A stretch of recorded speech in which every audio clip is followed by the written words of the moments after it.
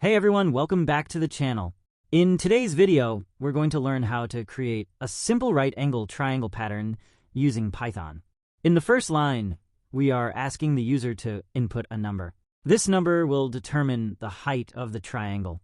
The input function is used to get input from the user and int converts the input into an integer.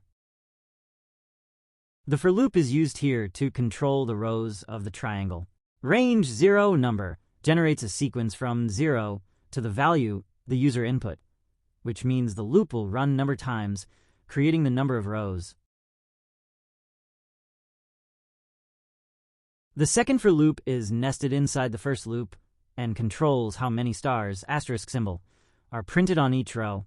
I+1 ensures that the number of stars increases with each row. For example, in the first row, 1 star will be printed, in the second row 2 stars, and so on. Print asterisk and equals ensures that the stars are printed on the same line because normally print moves to a new line after printing. Here, and equals prevents that, keeping the stars in the same row.